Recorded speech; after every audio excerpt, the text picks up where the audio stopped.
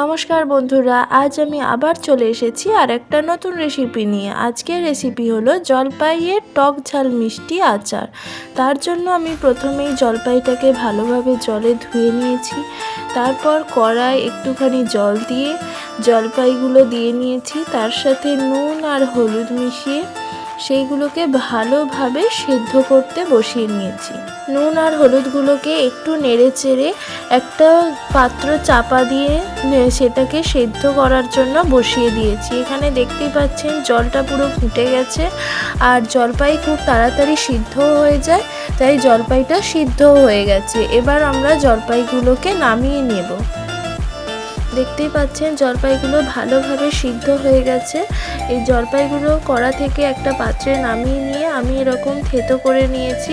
তারপর আচারে দেওয়ার জন্য আমি একটা ভাজা মশলা তৈরি করে নেব। তার জন্য এখানে আমি কড়াইয়ে শুকনো খোলায় নিয়েছি কালো জিরে, মৌরি আর জিরে, আর নিয়েছি এখানে দুটো শুকনো লঙ্কা, আর আমি সর্ষে নিয়েছি। দু রকম সর্ষে আমি এখানে ব্যবহার করেছি, কালো সর্ষে আর সাদা সর্ষে, আপনারা যে কোনো একটাও ব্যবহার করতে পারেন। এই সরঞ্জামগুলিকে 3-4 মিনিট সময় নিয়ে ভালোভাবে নেড়ে চেড়ে ভেজে নিতে হবে, যাতে একটুও কাঁচা ভাব না থাকে। তারপর মশলাটাকে গুঁড়ো করে নিতে হবে। তারপর কড়ায় পরিমাণ মতো সরিষার তেল নিতে হবে, সাদা তেল ব্যবহার করলে হবে না।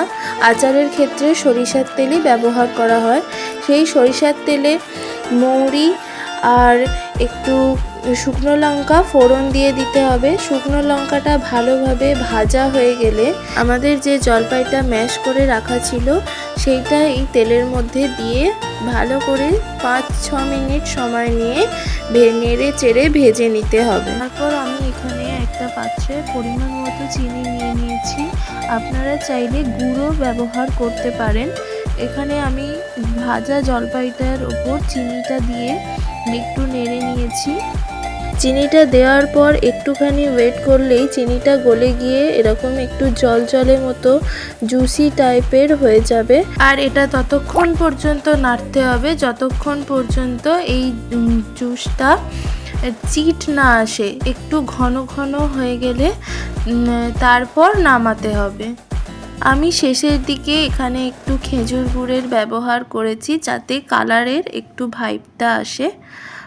তারপর একটু নেড়ে চেড়ে ওই যে ভাজা মশলাটা আমি তৈরি করেছিলাম সেটা ওপর থেকে একটু ছড়িয়ে দিয়ে একটু আচারটার সাথে মিশিয়ে নিলেই আমাদের তৈরি হয়ে যাবে একদম টেস্টি জলপাইয়ের আচার। রেসিপিটা কেমন লাগলো অবশ্যই জানিও। বাই।